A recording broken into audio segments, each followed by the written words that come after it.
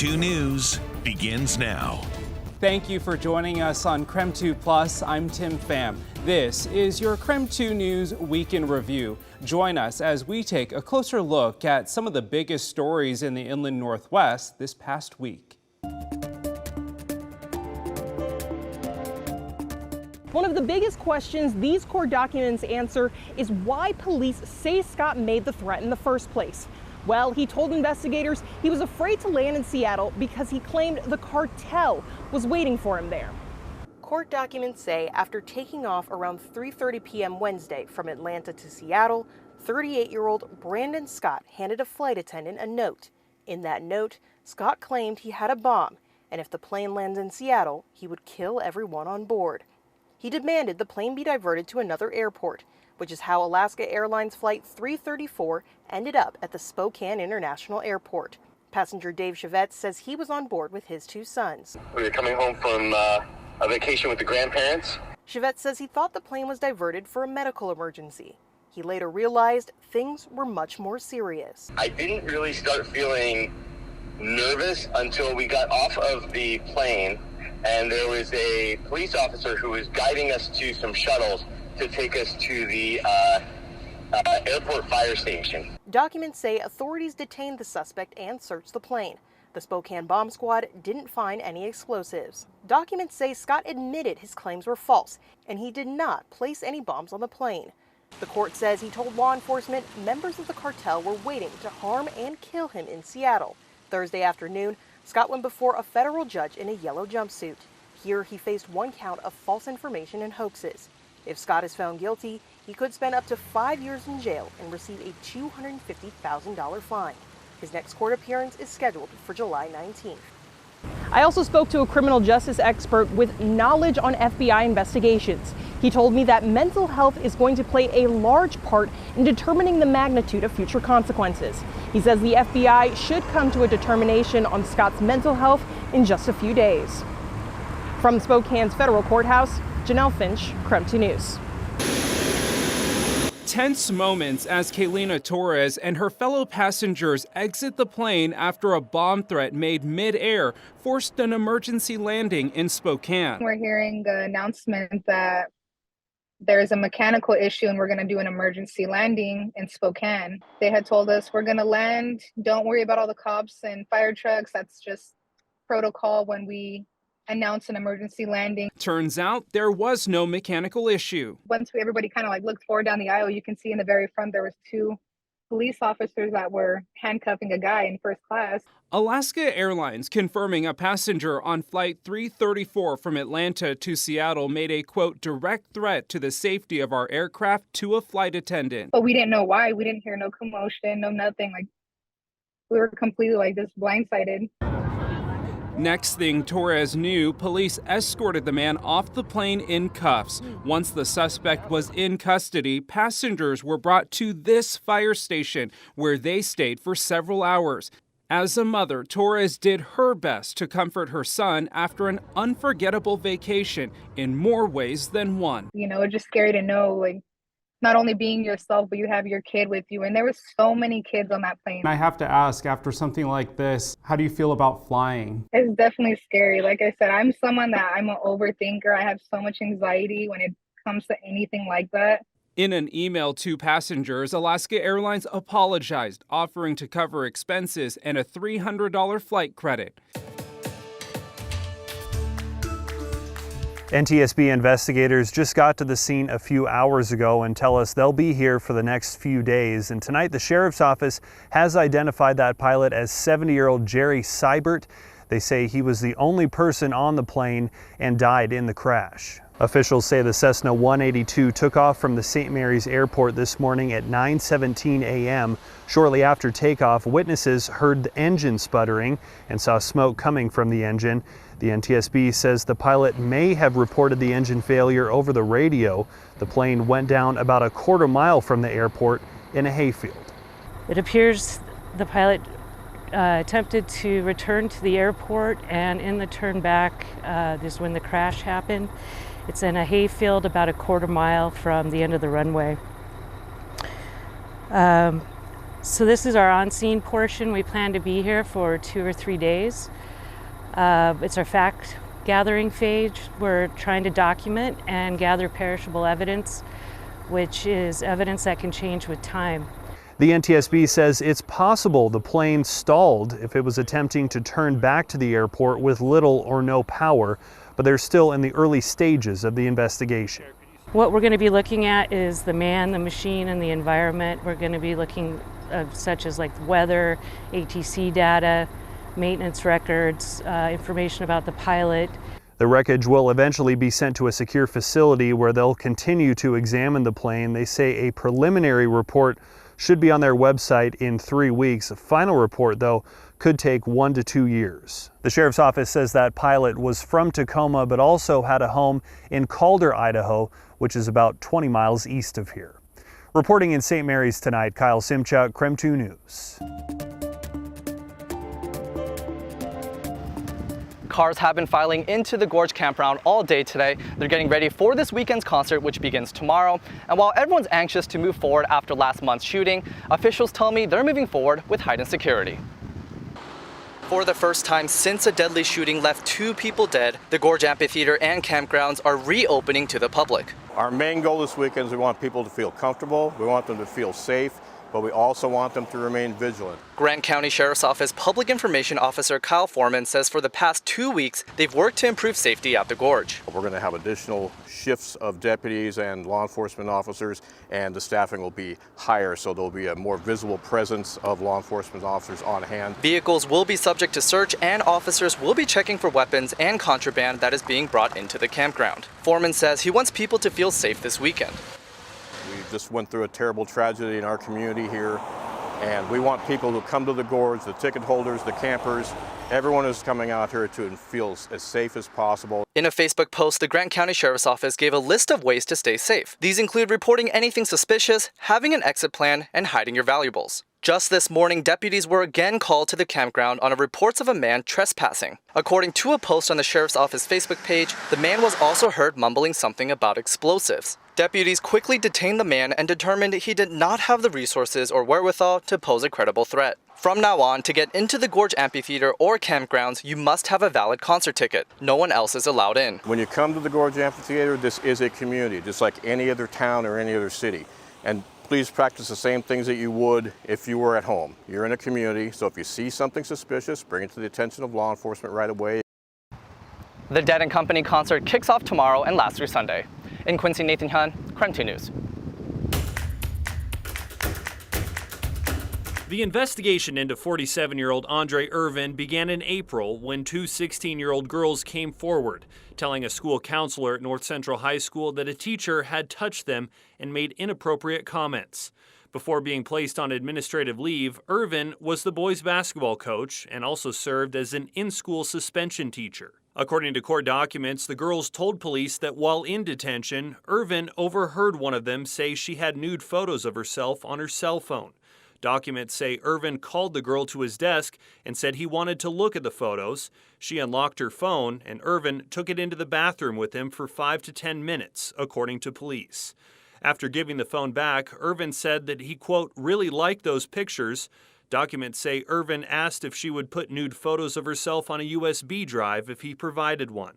One of the girls told police she flirted with the 47-year-old teacher and emailed him after school asking if what happened would happen again. According to court documents, the girls told police Irvin touched them inappropriately. On April 11th, a Spokane police detective interviewed Irvin at the district offices. During the interview, court documents show Irvin admitted to touching one of the girls, but claimed it was an accident and that his hand slipped. During a second interview, court documents show Irvin admitted he could have handled the situation better and acknowledged engaging in conversations he should not have. He told a detective he was not proud of himself based on the totality of the situation. Irvin appeared in court Wednesday and pleaded not guilty to charges of viewing child pornography, second-degree sexual misconduct, and 2 counts of communicating with a minor for immoral purposes. His trial is expected to begin September 25th. In Spokane, Kyle Simchuk, KREM 2 News. We had about 25 here and in the front one got away.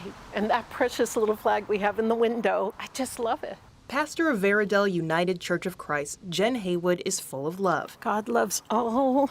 Even in the face of potential hate. We're to love our neighbor, to love God, and to love our enemy. Loving our enemies is something Haywood is still processing. This as the church was vandalized and burglarized. KREM 2 exclusively obtained surveillance video shows suspects allegedly running to the church where they wrote LEV 2013 on the lawn in diesel fuel. It's short for Leviticus, chapter 20, verse 13, which says that it's okay to kill gay men and you're not responsible if you kill a gay person. That's the way they read it. It's read out of context. It's read without understanding that it's actually not about a loving relationship.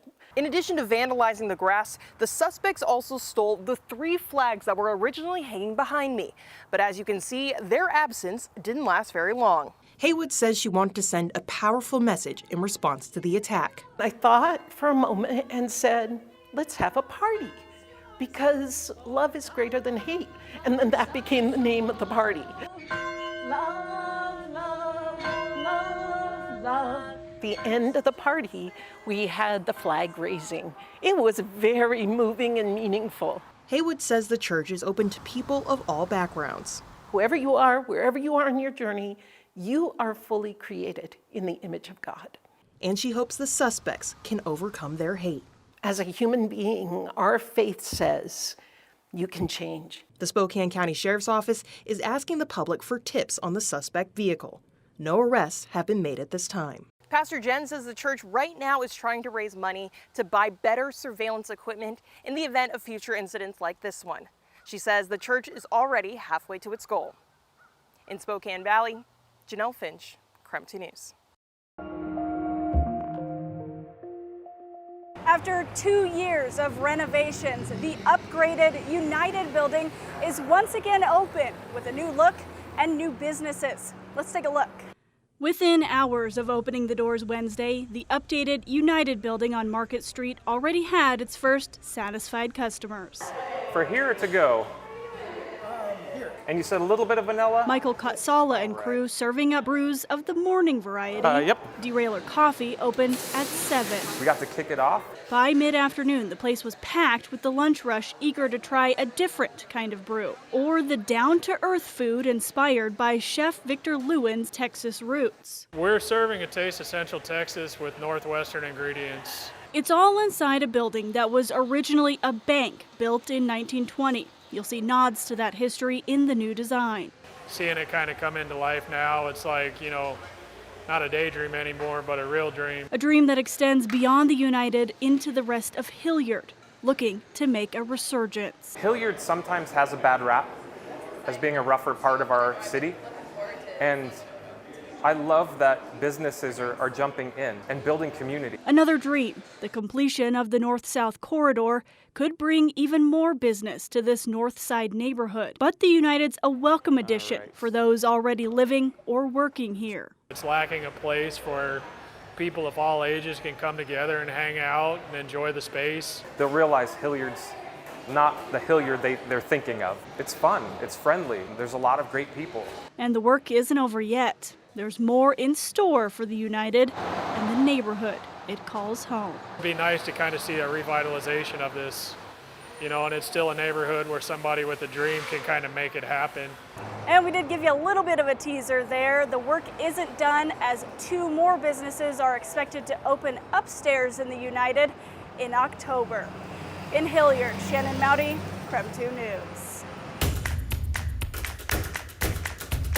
Twitter owner and billionaire Elon Musk ruffled quite a few feathers this weekend when he limited how many tweets users can view each day, saying the restrictions will crack down on, quote, extreme levels of data scraping and system manipulation. Unverified users can be locked out for the day after viewing 1,000 tweets. Verified users, or those paying a few dollars a month, can view 10,000 tweets. Thousands of users complained about the new rules, including the union representing Spokane County Fire District 8 firefighters. They tweeted at Musk and Twitter asking to get their accounts limit lifted, saying, "It's fire season here in the Northwest, and we learn what's happening around us by the tweets of agencies and journalists." Didn't see this coming at all. It was a complete surprise to us when we got on the app. Union Rep and Fire District 8 Division Chief Jay Wilkins says Twitter is a valuable tool, letting first responders share accurate information like evacuation notices in real time. A lot of those times we don't have the ability, or fire service doesn't have the ability to set up full command posts and have a public information officer. So we use Twitter in that mediatory time to get information out to folks. Newsrooms like our own then share that information on television and other social media sites. Being able to use Twitter as that communication device really is important to us across all generations and the entire community. The union's tweet has been viewed more than 164,000 times. Washington Emergency Management shared it, saying, quote, "This is just not acceptable." Elon Musk says the limits are temporary and hasn't shared when they'll be lifted. In Spokane, Kyle Simchuk, KREM 2 News.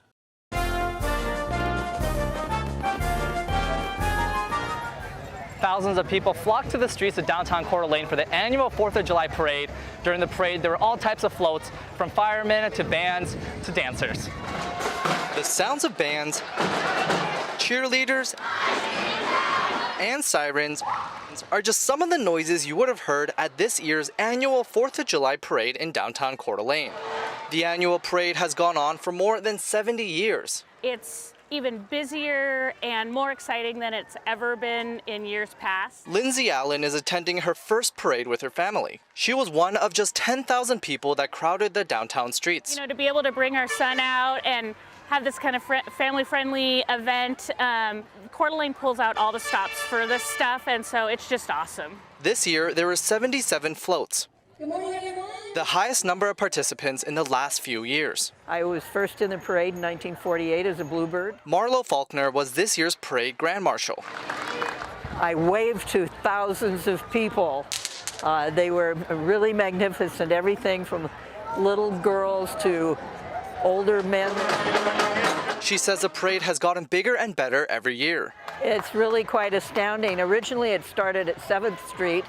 Today we were out at 20th. There were thousands of people along the parade route. Preparations for the parade begin as early as the beginning of the year. About 5 or 6 months goes into it. Linda Copes is the CEO for the city's Chamber of Commerce, the organization that put on the event. Our theme this year is Vintage America, the magic of our youth, and so we really wanted to bring all that magic from when we were young. As for Lindsay, she sees the start of a brand new tradition. And here we have some of our favorite scouts. This is, I know, one of the best events that our community puts on, so we're absolutely going to come back. Happy 4th of July! The parade lasted for about 2 hours, but many parade goers stayed to enjoy the lake, and a lot of them tell me that this was one of the best parades they've ever seen. In Coeur d'Alene, Nathan Kahn, KREM 2 News. I'm in Airway Heights, the only city in Spokane County that allowed fireworks last night, and the assistant fire chief here tells me that it was one of their safest nights in the last decade. Fireworks were all the craze last night. But you might have noticed more lights in the sky in one Spokane city. Fireworks are legal in Airway Heights. From 8 to midnight last night, people in Airway Heights were allowed to shoot off fireworks. But you might be surprised to hear how many calls Airway Heights Fire actually responded to. Probably 3 that were fireworks related. That was 2 less than last year. It was one of their best nights in the last decade. This was actually one of the better 4th of Julys we've had in my time here. Only a handful of calls, and it was stuff that dumpster fire. Somebody probably put hot fireworks in there. It was a different story outside Airway Heights. Fireworks are illegal throughout the rest of the county. According to Spokane Regional Emergency Communications, dispatch centers received 618 firework-related 911 calls yesterday. 212 of them were within the city of Spokane. The number of calls is similar to last year when the county received 599 calls. I think this is the 31st year of the ban, so it's not new for people around here, but you know, there are new residents here. There's always going to be people that want to skirt the laws. Fortunately, there weren't any serious emergencies. A busy evening for all. Just complaints. If we get a call in that, you know, somebody's going to go investigate it, whether that be, you know, most of the calls that came in yesterday were more kind of bark dust, you know, smoldering stuff. The Spokane Fire Department did firework patrols and they issued 12 citations for illegal fireworks. Area Heights Fire does want to remind people that fireworks are no longer legal, and if you do get caught lighting one, they could issue a citation. In Area Heights, Nathan Hyun, KREM 2 News. Thank you for joining us here on KREM 2 Plus for a look at some of the biggest news stories of the past week. For the most current news throughout the weekend, you can watch our latest newscast right here on KREM 2 Plus. Just look for them in the bottom navigation menu. I'm Tim Pham. Thanks for watching.